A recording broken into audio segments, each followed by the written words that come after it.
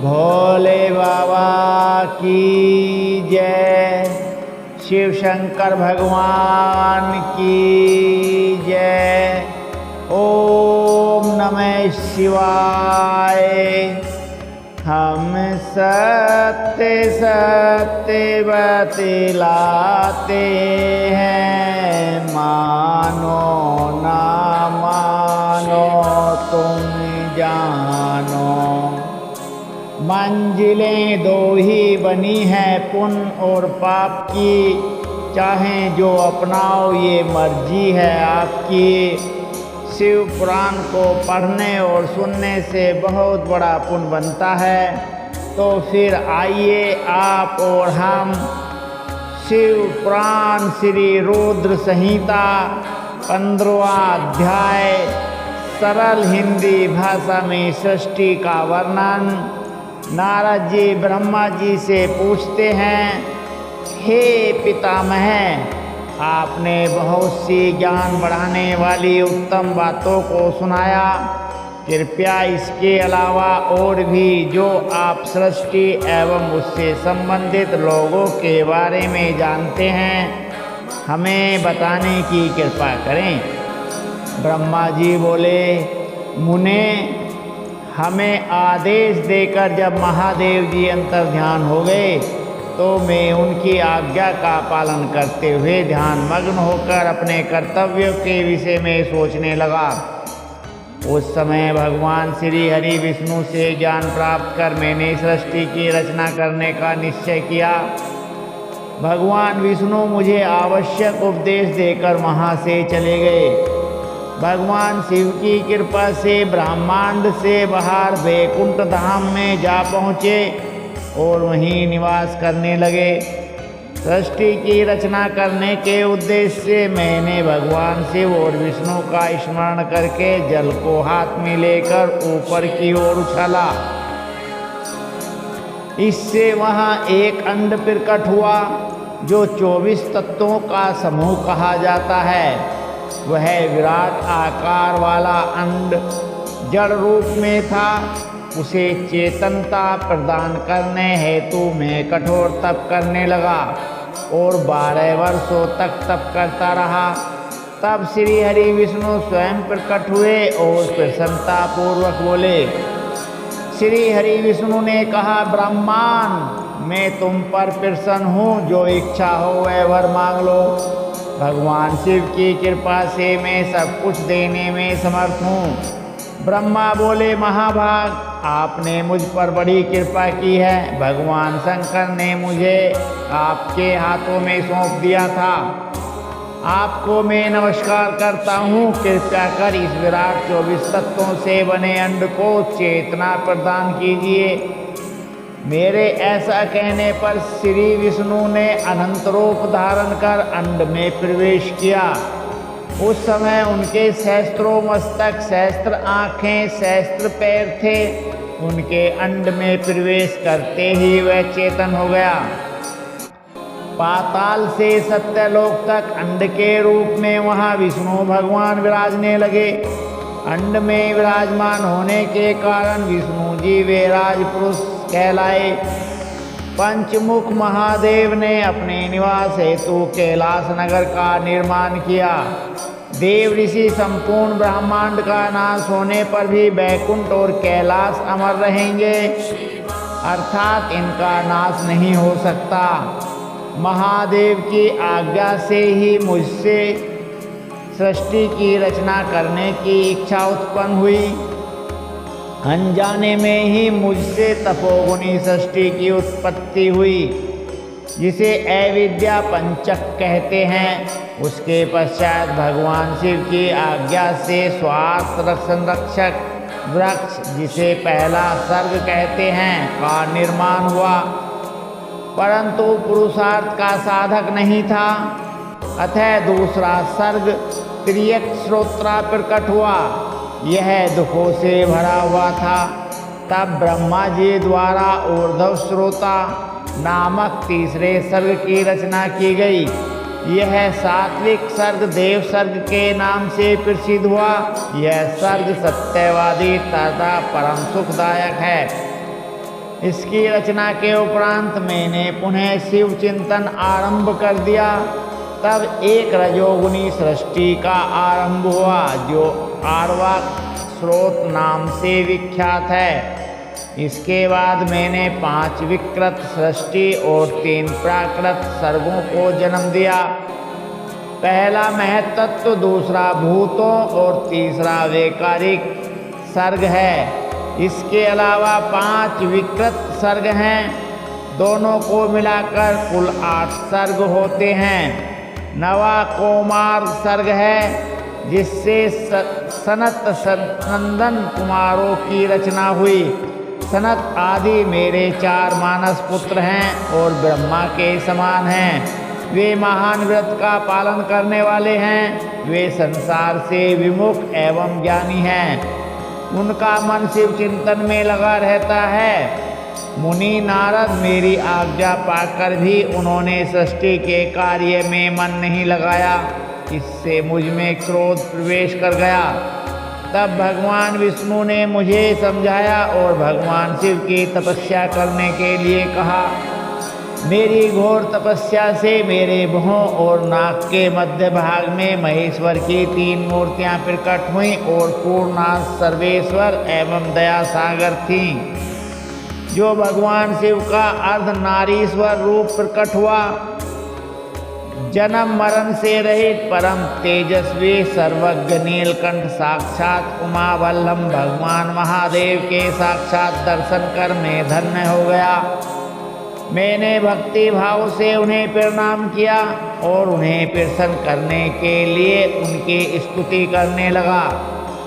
तब मैंने उनसे जीवों की रचना करने की प्रार्थना की। मेरी प्रार्थना स्वीकारते हुए देवादिदेव महादेव शिव ने रुद्र गणों की रचना की। तब मैंने उनसे पुनः कहा, देवेश्वर शिव शंकर, अब आप संसार की मोह माया में लिप्त ऐसे जीवों की रचना करें जो मृत्यु और जन्म के बंधन में बंधे हों। यह सुनकर महादेव जी हंसते हुए कहने लगे। शिव जी ने कहा, हे ब्रह्मा, मैं जन्म और मृत्यु के भय में लिप्त जीवों की रचना नहीं करूँगा, क्योंकि वे जीव संसार रूपी बंधन में बंधे हुए होने के कारण दुखों से युक्त होंगे। मैं सिर्फ उनका उद्धार करूँगा, उन्हें परम ज्ञान प्रदान कर उनके ज्ञान का विकास करूँगा। हे प्रजापते, इन जीवों की रचना आप करें। मोह माया के बंधनों में बंधे हुए इस प्रकार के जीवों की सृष्टि करने पर भी आप इस माया में नहीं बंधेंगे। मुझसे इस प्रकार कहकर महादेव शिव शंकर अपने पार्षदों के साथ वहाँ से अंतर्ध्यान हो गए। बोलो शिव शंकर भगवान की जय। ब्रह्मा जी बोले, नारद, शब्द आदि पंचभूतों द्वारा पंचकरण करके उनके स्थूल आकाश, वायु, अग्नि, जल और पृथ्वी, पर्वत, समुद्र, वृक्ष और कला आदि से युगों और कालों की मैंने रचना की तथा और भी कई पदार्थ मैंने बनाए। उत्पत्ति और विनाश वाले पदार्थों का भी मैंने निर्माण किया है। परंतु जब इससे भी मुझे संतोष नहीं हुआ तो मैंने माँ अम्बा सहित भगवान शिव का ध्यान करके सृष्टि के अन्य पदार्थों की रचना की और अपने नेत्रों से मरीच को और हृदय से भृगु को, फिर से अंगिरा को, कान से मुनि श्रेष्ठ पुलह को और उदान से पुलस्त्य को, समान से वशिष्ठ को, अपान से क्रेतु को, दोनों कानों से अत्रि को, प्राण से दक्ष को और गोद से तुमको, छाया से कर्दम मुनि को उत्पन्न किया। सब साधनाओं के साधन धर्म को भी मैंने अपने संकल्प से प्रकट किया। मुनि श्रेष्ठ, इस तरह साधकों की रचना करके महादेव जी की कृपा से मैंने अपने को कृतार्थ माना। मेरे संकल्प से उत्पन्न धर्म प्रेमी आज्ञा से मानव का रूप धारण कर साधन में लग गए। इसके उपरांत मैंने अपने शरीर के विभिन्न अंगों से देवता व असुरों के रूप में अनेक पुत्रों की रचना करके उन्हें विभिन्न शरीर प्रदान किए। तत्पश्चात भगवान शिव की प्रेरणा से मैं अपने शरीर को दो भागों में विभक्त कर दो रूपों वाला हो गया। मैं आधे शरीर से पुरुष व आधे से नारी हो गया। पुरुष स्वयंभू मनु नाम से प्रसिद्ध हुए एवं उच्च कोटि के साधक कहलाए। नारी रूप से शत्रुपा नाम वाली योगिनी एवं परम तपस्विनी स्त्री उत्पन्न हुई। मनु ने वैवाहिक विधि से अत्यंत सुंदरी शत्रुपा का पानी ग्रहण किया और मैथुन द्वारा सृष्टि को उत्पन्न करने लगे। उन्होंने शत्रुपा से प्रियव्रत और उत्तानपाद नामक दो पुत्र तथा आकुति, देवहूति और प्रसूति नामक 3 पुत्रियां प्रदान की। आकुति का रुचि मुनि से, देवहूति का कर्दम मुनि से तथा प्रसूति का दक्ष प्रजापति के साथ विवाह कर दिया गया। इनकी संतानों से पूरा जगत चराचर हो गया। रुचि और आकुति के वैवाहिक संबंध में यज्ञ और दक्षिणा नामक स्त्री पुरुष का जोड़ा उत्पन्न हुआ। यज्ञ की दक्षिणा से 12 पुत्र हुए। मुने कर्दम और देवहूति के संबंध से बहुत सी पुत्रियां पैदा हुई। दक्ष और प्रसूति से 24 कन्याएं हुई।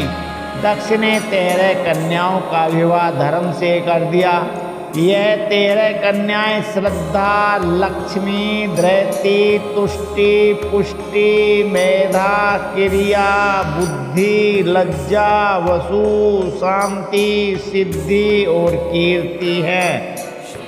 अन्य 11 कन्याओं ख्याति, सती, संभूति, स्मृति, प्रीति, क्षमा, सन्नति, अनसुईया, ऊर्जा, स्वाहा और स्वैधा का विवाह भृगु, शिव, मरीचि, अंगिरा, पुलस्त्य, पुलह, क्रेतु, अत्रि, वशिष्ठ, अग्नि और पितर नामक मुनियों से संपन्न हुआ।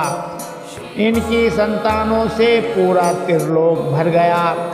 अंबिका पति महादेव जी की आज्ञा से बहुत से प्राणी श्रेष्ठ मुनियों के रूप में उत्पन्न हुए। कल्प भेद से दक्ष की 60 कन्याएं हुई। उनमें से 10 कन्याओं का विवाह धर्म से, 27 का चंद्रमा से, 13 कन्याओं का विवाह कश्यप ऋषि से संपन्न हुआ। नारद उन्होंने 4 कन्याएं अरिष्ट नेमि को विवाह दी। भृगु, अंगिरा और कुशाक्ष से 2-2 कन्याओं का विवाह कर दिया। कश्यप ऋषि की संतानों से संपूर्ण त्रिलोक आलोकित हैं। देवता, ऋषि, दैत्य, वृक्ष, पक्षी, पर्वत तथा लताएं आदि कश्यप पत्नियों से पैदा हुए। इस तरह भगवान शंकर की आज्ञा से ब्रह्मा जी ने पूरी सृष्टि की रचना की। सर्वव्यापी शिवजी द्वारा तपस्या के लिए प्रकट देवी, जिन्हें रुद्रदेव ने त्रिशूल के अग्रभाग पर रखकर उनकी रक्षा की, वे सती देवी ही दक्ष से प्रकट हुई थीं। उन्होंने भक्तों का उद्धार करने के लिए अनेक लीलाएं की। इस प्रकार देवी शिवा की सती के रूप में भगवान शंकर की अर्धांगिनी बनी। परंतु अपने पिता के यज्ञ में अपने पति का अपमान देखकर उन्होंने अपने शरीर को यज्ञ की अग्नि में भस्म कर दिया। देवताओं की प्रार्थना पर ही वे माँ सती पार्वती के रूप में प्रकट हुई। कठिन तपस्या करके उन्होंने पुनः भगवान भोलेनाथ को प्राप्त कर लिया। वे इस संसार में कालिका, चंडिका, भद्रा, चामुंडा, विजया, जया, जयंती, भद्रकाली, दुर्गा, भगवती, कामाख्या, कामदा, अम्बा, मृडानी और सर्वमंगला आदि अनेक नामों से पूजी जाती हैं। देवी के ये नाम भोग और मोक्ष को देने वाले हैं। मुनि नारद, इस प्रकार मैंने तुम्हें सृष्टि की उत्पत्ति की कथा सुनाई है। पूरा ब्रह्मांड भगवान शिव की आज्ञा से मेरे द्वारा रचा गया। ब्रह्मा, विष्णु और रुद्र आदि तीनों देवता उन्हीं महादेव के अंश हैं। भगवान शिव निर्गुण और सगुण हैं। वे शिवलोक में शिवा के साथ निवास करते हैं। सूत जी कहते हैं, हे ऋषियों, तत्पश्चात नारद जी ने विनम्रता पूर्वक प्रणाम किया और उनसे पूछा, भगवान शंकर कैलाश पर कब गए और महात्मा कुबेर से उनकी मित्रता कहाँ और कैसे हुई? प्रभु शिव जी कैलाश पर क्या करते हैं, कृपया कर मुझे बताइए। इसे सुनने के लिए मैं बहुत उत्सुक हूँ। ब्रह्मा जी बोले, हे नारद, मैं तुम्हें चंद्रमौली भगवान शिव के विषय में बताता हूँ। कानपिल्य नगर में यज्ञ दत्त दीक्षित नाम एक ब्राह्मण रहते थे, जो अत्यंत प्रसिद्ध थे। वे यज्ञ विद्या में बड़े पारंगत थे। उनका गुणनिधि नामक एक 8 वर्षीय पुत्र था। उसका यज्ञोपवीत हो चुका था और वह भी बहुत सी विद्याएं जानता था, परंतु वह दुराचारी और जुआरी हो गया। वह हर वक्त खेलता कूदता रहता था तथा गाने बजाने वालों का साथी हो गया था। माता के बहुत कहने पर भी वह पिता के समीप नहीं जाता था और उनकी किसी आज्ञा को नहीं मानता था। उसके पिता घर के कार्यों तथा दीक्षा आदि देने में लगे रहते थे। जब घर पर आकर अपनी पत्नी से गुणनिधि के बारे में पूछते तो वह झूठ कह देती कि वह कहीं स्नान करने का या देवताओं का पूजन करने गया है। केवल एक ही पुत्र होने के कारण वह अपने पुत्र की कमियों को छुपाती रहती थी। उन्होंने अपने पुत्र का विवाह भी करा दिया। माता नित्य अपने पुत्र को समझाती थी, पर वह उसे यह भी समझती थी कि तुम्हारी बुरी आदतों के बारे में तुम्हारे पिता को पता चल गया तो वे क्रोध के आदेश में हम दोनों को मार देंगे। परंतु गुणनिधि पर माँ के समझाने का कोई प्रभाव नहीं पड़ता था। एक दिन उसने अपने पिता की अंगूठी चुरा ली और उसे जुए में हाराया। देवयोग से उसके पिता की अंगूठी के विषय में पता चल गया। जब उन्होंने अंगूठी जुआरी के हाथ में देखी और उससे पूछा तो जुआरी ने कहा, मैंने कोई चोरी नहीं की है, अंगूठी मुझे तुम्हारे पुत्र ने ही दी है। यही नहीं बल्कि उसने और जुआरियों को भी बहुत सारा धन घर से लाकर दिया है। परंतु आश्चर्य तो यह है कि तुम जैसे पंडित भी अपने पुत्र के लक्षणों को नहीं जान पाए। यह सारी बातें सुनकर पंडित दीक्षित का सिर शर्म से झुक गया। वे सिर झुकाकर और अपना मुंह लटकाकर अपने घर की ओर चल दिए। घर पहुंचकर गुस्से से उन्होंने अपनी पत्नी को पुकारा। अपनी पत्नी से उन्होंने पूछा, तेरा लाडला पुत्र कहाँ गया है? मेरी अंगूठी जो मैंने सुबह तुम्हें दी थी वह कहाँ है? मुझे जल्दी से दो। पंडित की पत्नी ने फिर झूठ बोल दिया, मुझे स्मरण नहीं है कि वह कहाँ है। अब तो दीक्षित जी को और भी क्रोध आ गया। वे अपनी पत्नी से बोले, तू बड़ी सत्यवादिनी है, इसलिए मैं जब भी गुणनिधि के बारे में पूछता हूँ तब मुझे अपनी बातों में बहला देती है। यह कहकर दीक्षित जी घर के अन्य सामानों को ढूंढने लगे, किंतु उन्हें कोई वस्तु न मिली, क्योंकि वे सब वस्तुएं गुणनिधि जुए में हार चुका था। क्रोध में आकर पंडित ने अपनी पत्नी और पुत्र को घर से निकाल दिया और दूसरा विवाह कर लिया। ब्रह्मा जी बोले, हे नारद, जब यह समाचार गुणनिधि को मिला तो उसे अपने भविष्य की चिंता हुई। वह कई दिनों तक भूखा प्यासा भटकता रहा। एक दिन भूख प्यास से व्याकुल वह एक शिव मंदिर के पास बैठ गया। एक शिव भक्त अपने सहपरिवार सहित शिव पूजन के लिए विविध सामग्री लेकर वहां आया था। उसने परिवार सहित भगवान शिव का विधि विधान से पूजन किया और नाना प्रकार के पकवान शिवलिंग पर चढ़ाए। पूजन के बाद वे लोग वहां से चले गए तो गुणनिधि ने भूख से मजबूर होकर उस भोग को चोरी करने का विचार किया और मंदिर में चला गया। उस समय अंधेरा हो चुका था, इसलिए उसने अपने वस्त्र को जलाकर उजाला किया। यह मानो उसने भगवान शिव के सम्मुख दीप जलाकर दीपदान किया था। जैसे ही वह सब भोग उठाकर भागने लगा, उसके पैरों की धमक से लोगों को पता चल गया कि उसने मंदिर में चोरी की है। सभी उसे पकड़ने के लिए दौड़े और उसका पीछा करने लगे। नगर के लोगों ने उसे खूब मारा। उसकी मार को उसका भूखा शरीर सहन नहीं कर सका। उसके प्राण पखेरु उड़ गए। उसके कुकर्मों के कारण यमदूत उसको बांधकर ले जा रहे थे। तभी भगवान शिव के पार्षद वहां आ गए और गुणनिधि को यमदूतों के बंधन से मुक्त करा दिया। यमदूतों ने शिवगणों को नमस्कार किया और बताया कि वह बड़ा पापी और धर्म कर्म से हीन है। यह अपने पिता का ही शत्रु है।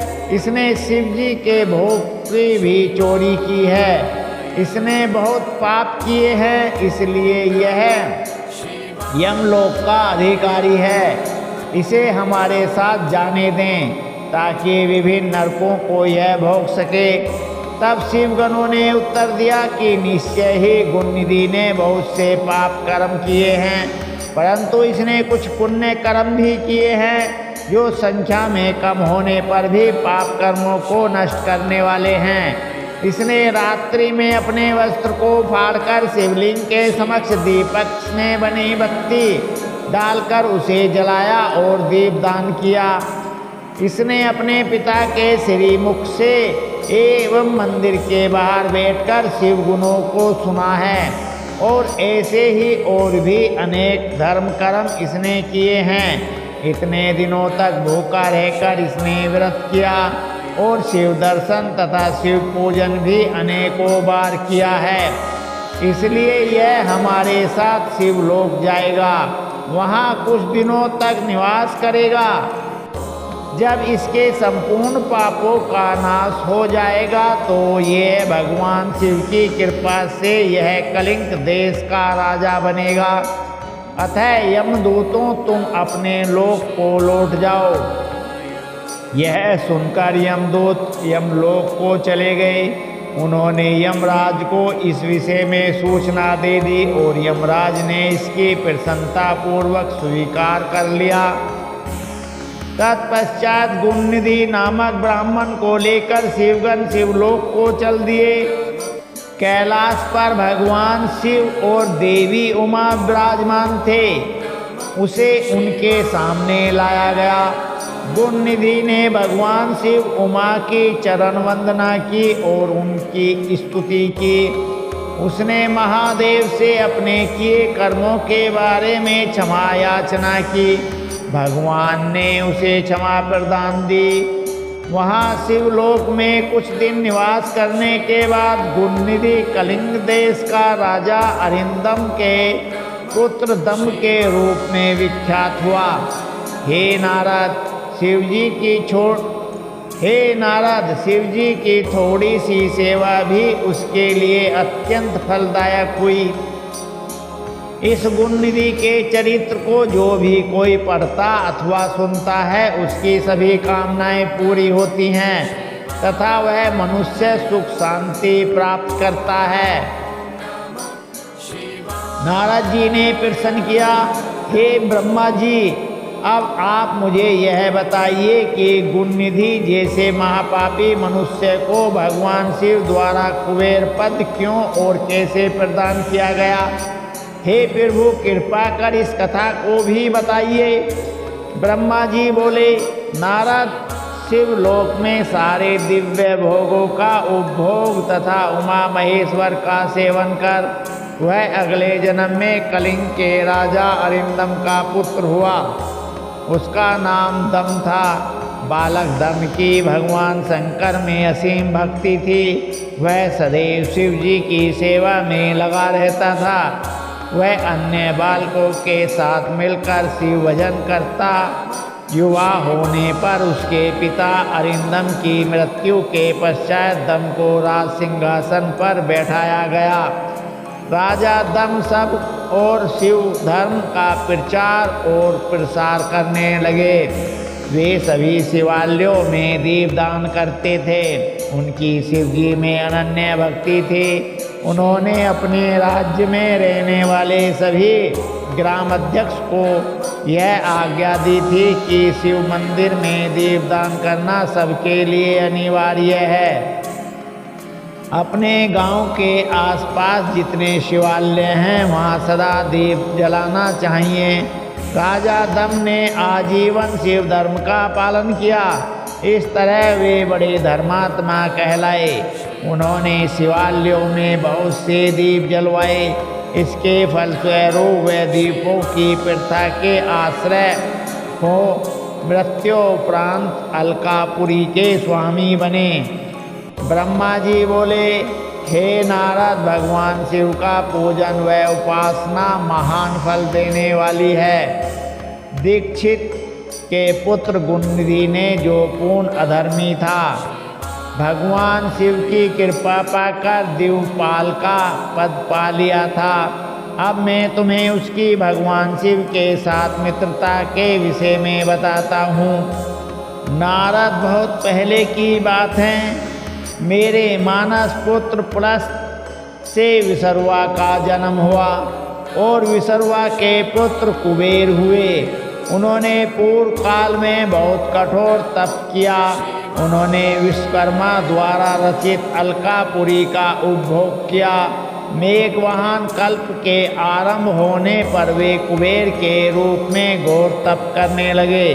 वे भगवान शिव द्वारा प्रकाशित काशीपुरी में गए और अपने मन के रत्नमय दीपों से 11 रुद्रों का उद्बोधित कर वे तन्मयता से शिव जी के ध्यान में मग्न होकर निश्चल भाव से उनकी उपासना करने लगे। वहाँ उन्होंने शिवलिंग की प्रतिष्ठा की। उत्तम पुष्पों द्वारा शिवलिंग का पूजन किया। कुबेर पूरे मन से तप में लगे थे। उनके पूरे शरीर में केवल हड्डियों का ढांचा और चमड़ी ही बची थी। इस प्रकार उन्होंने 10,000 वर्षों तक तपस्या की। तत्पश्चात भगवान शिव अपनी दिव्य शक्ति उमा के भव्य रूप के साथ कुबेर के पास गए। अलकापति कुबेर मन को एकाग्र कर शिवलिंग के सामने तपस्या में लीन थे। भगवान शिव ने कहा, अलकापते, मैं तुम्हारी भक्ति और तपस्या से प्रसन्न हूँ। तुम मुझसे अपनी इच्छा अनुसार वर मांग सकते हो। यह सुनकर जैसे ही कुबेर ने आंखें खोली तो उन्हें अपने सामने भगवान नीलकंठ खड़े दिखाई दिए। उनका तेज सूर्य के समान था। उनके मस्तक पर चंद्रमा अपनी चांदनी बिखेर रहा था। उनके तेज से कुबेर की आंखें चौंधिया गईं। तत्काल उन्होंने अपनी आंखें बंद कर लीं। वे भगवान शिव से बोले, भगवान, मेरे नेत्रों को वह शक्ति दीजिए जिससे मैं आपके चरण वर बिंदों का दर्शन कर सकूं। कुबेर की बात सुनकर भगवान शिव ने अपनी हथेली से कुबेर को स्पर्श कर देखने की शक्ति प्रदान की। दिव्य दृष्टि प्राप्त होने पर वे आंखें फाड़ फाड़ कर देवी उमा की ओर देखने लगे। वे सोचने लगे कि भगवान शिव के साथ यह सर्वांग सुंदरी कौन है। इसने ऐसा कौन सा तप किया है जो इसे भगवान शिव की कृपा से उनका सामीप्य रूप और सौभाग्य प्राप्त हुआ है। वे देवी उमा को निरंतर देखते जा रहे थे। देवी को घूरने के कारण उनकी बाईं आंख फूट गई। शिवजी ने उमा से कहा, उमे, यह तुम्हारा पुत्र है। यह तुम्हें क्रूर दृष्टि से नहीं देख रहा है। यह तुम्हारे तप बल को जानने की कोशिश कर रहा है। फिर भगवान शिव ने कुबेर से कहा, मैं तुम्हारी तपस्या से बहुत प्रसन्न हूँ। मैं तुम्हें वर देता हूँ कि तुम समस्त निधियों और गुहा शक्तियों के स्वामी हो जाओ। सुव्रतों, यक्षों और किन्नरों के अधिपति होकर धन के दाता बनो। मेरी तुमसे सदा मित्रता रहेगी और मैं तुम्हारे पास सदा निवास करूँगा। अर्थात तुम्हारे स्थान अलकापुरी के पास ही मैं निवास करूँगा। कुबेर, अब तुम अपनी माता उमा के चरणों में प्रणाम करो। ये ही तुम्हारी माता हैं। ब्रह्मा जी कहते हैं, नारद, इस प्रकार भगवान शिव ने देवी से कहा, हे देवी, यह आपके पुत्र के समान हैं। इस पर अपनी कृपा करो। यह सुनकर उमा देवी बोली, वत्स, तुम्हारी भगवान शिव में सदैव निर्मल भक्ति बने रहे। बाईं आँख फूट जाने पर तुम एक ही पिंगल नेत्र से युक्त रहो। महादेव जी ने जो वर तुम्हें प्रदान दिए हैं वे सुलभ हैं। मेरे रूप से ईर्ष्या के कारण तुम कुबेर नाम से प्रसिद्ध होगे। कुबेर को वर देकर भगवान शिव और देवी उमा अपने धाम को चले गए।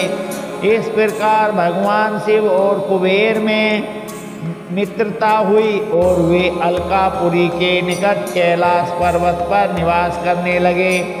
नारद जी ने कहा, ब्रह्मा जी, आप धन्य हैं। आपने मुझ पर कृपा कर मुझे इस अमृत कथा के बारे में बताया है।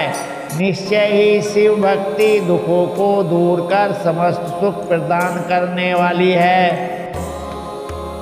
अब समय तो पूरा हो गया है।